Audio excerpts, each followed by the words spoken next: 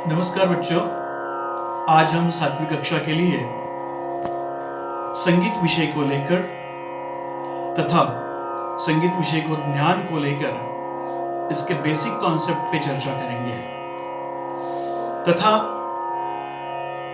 ताल, स्वर तथा कम्युनिटी सॉन्ग इसके बारे में भी कुछ सीखेंगे। बच्चों, जैसे आपको पता ही है कि संगीत यह 7 सुरों से बना है। सा, रे, ग, म, प, ध, नी। इन स्वरों के 3 प्रकार भी माने जाते हैं। पहला प्रकार है शुद्ध स्वर, दूसरा है कोमल स्वर और तीसरा है तीव्र स्वर। बच्चों, शुद्ध स्वरों का ही अभ्यास पहले हम करेंगे, लेकिन ये बेसिक कॉन्सेप्ट बताना मेरे लिए बहुत जरूरी है। I must explain this basic concept as regarding to music subject, क्योंकि जैसे मैंने बोला कि स्वरों के 3 प्रकार, शुद्ध, कोमल और तीव्र। इन तीनों ही भागों में देयर आर 3 पार्ट्स ऑफ स्वराज, शुद्ध, कोमल एंड तीव्र। ईच एंड एवरी पार्ट हर एक स्वरों की संख्या है। जैसे कि शुद्ध स्वरों की संख्या है 7, सा, रे, ग, म, प, ध, नी। तथा कोमल स्वरों की संख्या है 4, रे, ग, ध, नी। तथा तीव्र स्वर की संख्या है 1 और है सिर्फ म। तो 7 शुद्ध, सा, रे, ग, म, प, ध, नी, 4 कोमल, रे, ग, ध, नी और 1 तीव्र म। ऐसे सुरों को लेकर सप्तक भी बनता है। बच्चों, कितनी अच्छी बात है ना ये, कि संगीत ये विषय ऐसा है ना कि एक ही बात को अपन छोड़ नहीं सकते। बच्चों, एक बात को लेकर ही दूसरी बात खुलती है ना। एक दरवाजे से जाने से दूसरा दरवाजा ऑटोमेटिकली खुलता है, लेकिन ऐसे आगे जाने से और रास्ता मिलता जाता है और एक नए नए पहलू अपने हाथ में आते हैं। जैसे कि सागर में डुबकी लगाने से एक एक हीरा हमें मिलता है ना, वैसे ही संगीत एक समंदर है, एक सागर है जिसकी गहराई कभी नहीं नाप सकते हैं। तो बच्चों, आइए इसी स्वर को लेकर स्वर अलंकार, जो कि बेसिक नॉलेज है संगीत का, इस 7 स्वर में इतनी क्षमता है कि ये संगीत का सागर बनाता है। ये 7 स्वर में ये क्षमता है कि ये अलंकार बनाता है, राग बनाते हैं, विभिन्न प्रकार के गीत प्रकार भी बनाते हैं। So student, now I am going to sing a simple phrase in alankar with ascending and descending order. कैसे हो सकता है, देखिए। मैं शुद्ध स्वरों में एक पहला सिंपल अलंकार आपके जानकारी के लिए गा रहा हूं। इसको आपको भी दोहराना है, आरोह और अवरोह। बच्चों, आरोह और अवरोह ये क्या है? Ascending, what is ascending and descending order, है ना। कैसा है आरोह? स्वरों का चढ़ता क्रम, है ना। सा, रे, ग, म, प, ध, नी, सा। और अवरोह स्वरों का उतरता क्रम, है ना। कैसे? सारे ग, म, प, ध, नी, सा का अपोजिट करना है, नीचे आना है। सा, नी, ध, प, म, ग, रे, सा। अब यही फ्रेज सुरों का चढ़ता क्रम यानी आरोह और सुरों का चढ़ता उतरता क्रम यानी अवरोह, ये अपन हारमोनियम के साथ करेंगे। एक सिंपल फ्रेज आरोह अवरोह की देखिएगा। सा, रे, ग, म, प, ध, नी, सा, सा, नी, ध, प, म, ग, रे, सा। मैं एक बार फिर से कहता हूं बच्चों, आपको इसको मेरे साथ भी गा सकते हो आप लोग। सा, रे, ग, म, प, ध, नी, सा, सा, नी,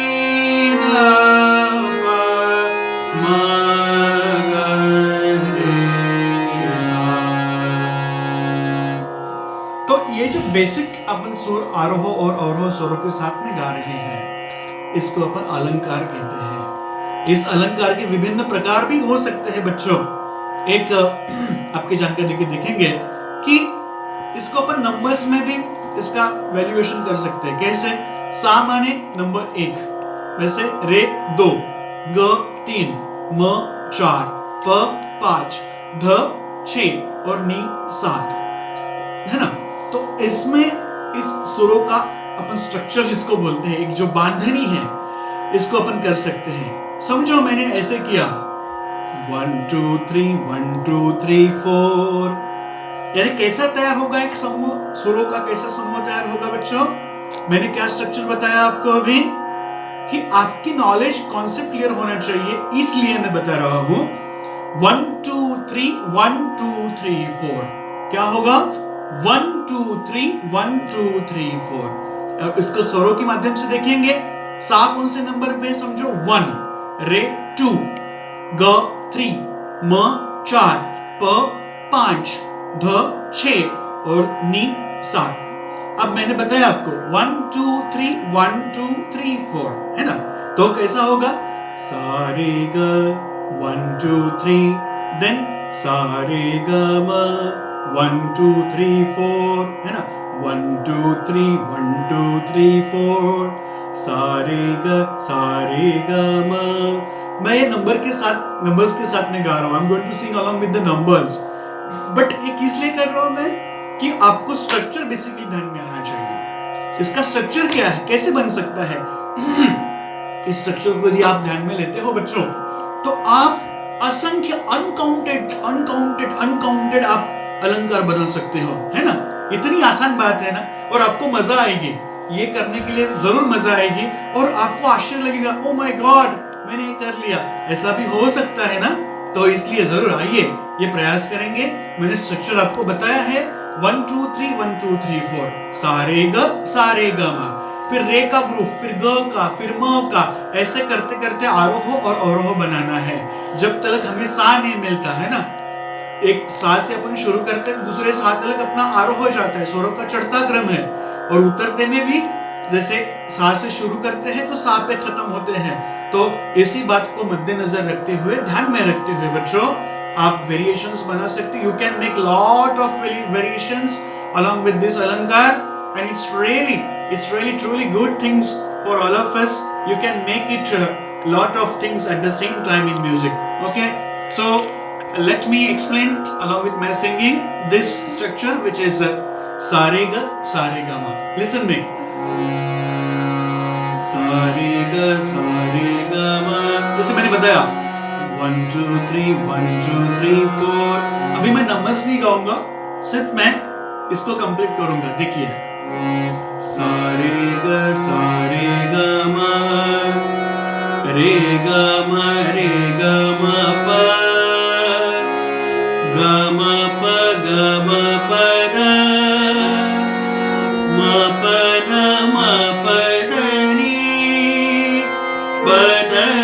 पधनी सा।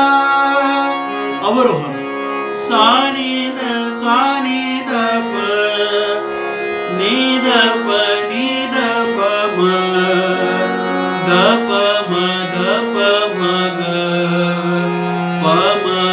प म ग रे सा।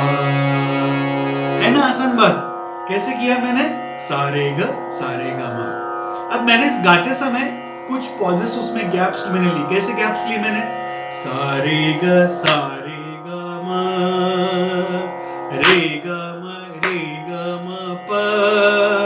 ये ऐसे पॉजेस लेने की जरूरत नहीं, इसको कंटिन्यूअसली आना चाहिए, क्योंकि लय का भी ध्यान हमें रखना है। संगीत के साथ में ताल का भी ध्यान हमें रखना है, लय का ध्यान रखना है। देखो बच्चों, लय कैसी नेचुरल लय है ना। अपना हार्ट बीट, है ना, ब्लड सर्कुलेशन, और अपन चलते हैं, हाथ का मूवमेंट करते हैं, इसका एक लय है। चलने का भी एक लय है, हार्ट बीट्स का भी 1 2 1 2 1 2 लय चल रही है ना। बॉडी के अंदर लय चल रही है, ब्लड सर्कुलेशन हो रहा है, उसके लय में ब्लड सर्कुलेशन भी हो रहा है एट द सेम टाइम।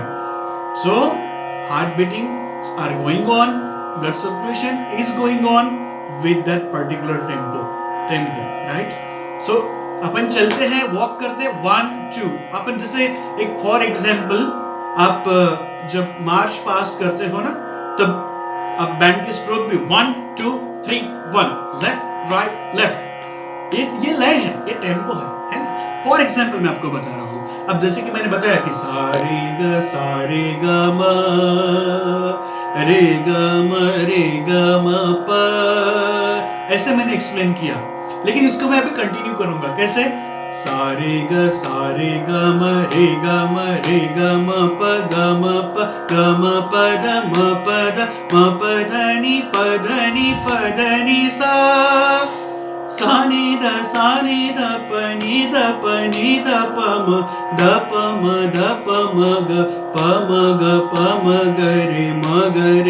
ग रे सा, है ना? 1 2 3 1 2 3 4।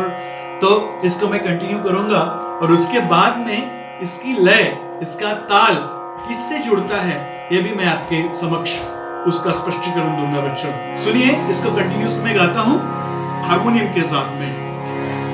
सारे ग म रे ग म प ग म प ध म प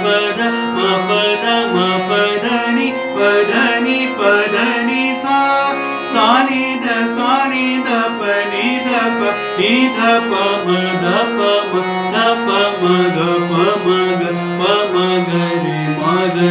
म ग रे सा, है ना? स्ट्रक्चर मैंने आपको इसका पहले बताया है। 1 2 3 1 2 3 4। मैं फिर से एक बार रिपीट करता हूँ। I am going to repeat again, listen me carefully बच्चों, student listen me carefully now. सारे ग म रे ग म प ग म प ध म प ध नि सा नि ध प नि ध प म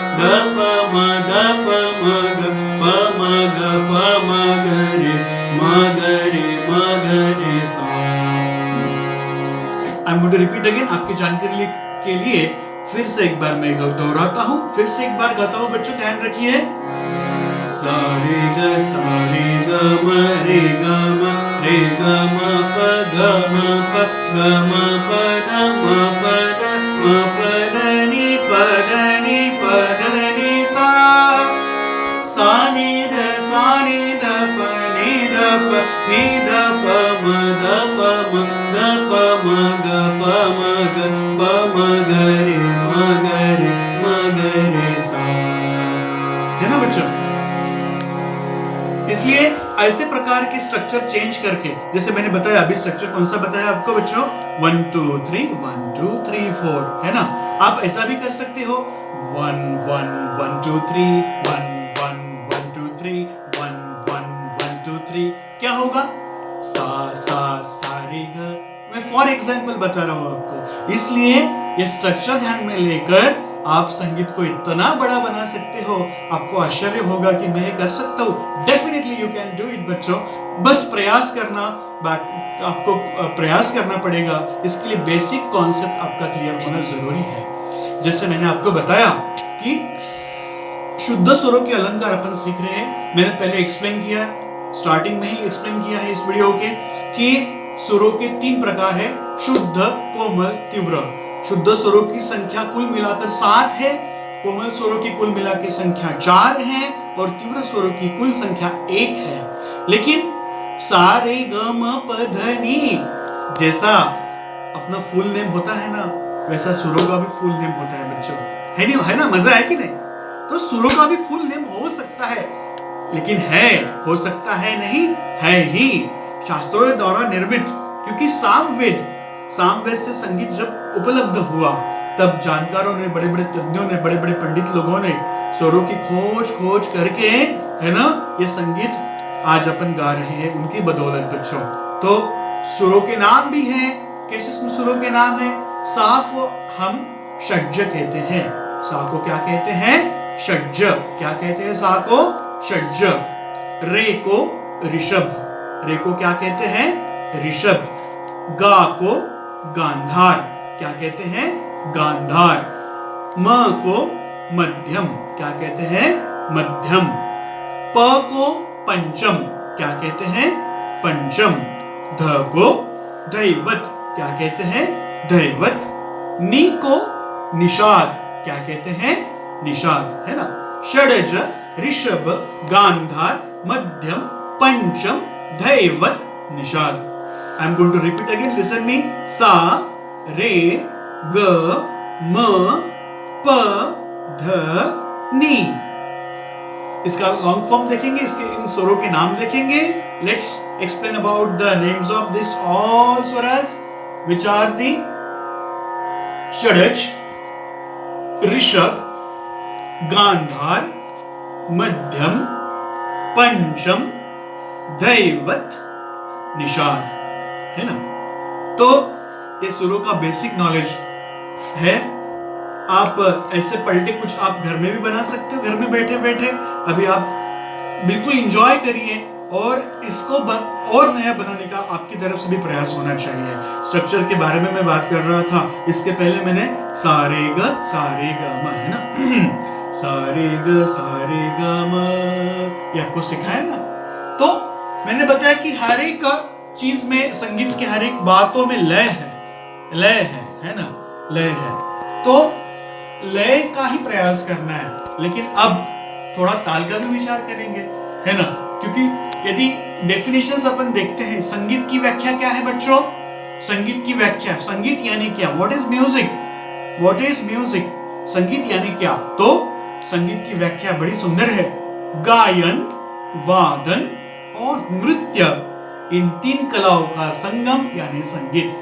मैं एक बार फिर से दोहराता हूं, ये डेफिनेशन, संगीत की डेफिनेशन है गायन, वादन और नृत्य, इन तीन कलाओं का संगम यानी संगीत है बच्चों। तो संगीत तो है, लेकिन संगीत में ताल भी है ना, है कि नहीं? ताल भी है। संगीत कला का आत्मा है ताल। ताल को क्या कहा जाता है? The soul of music, the soul of music, है ना?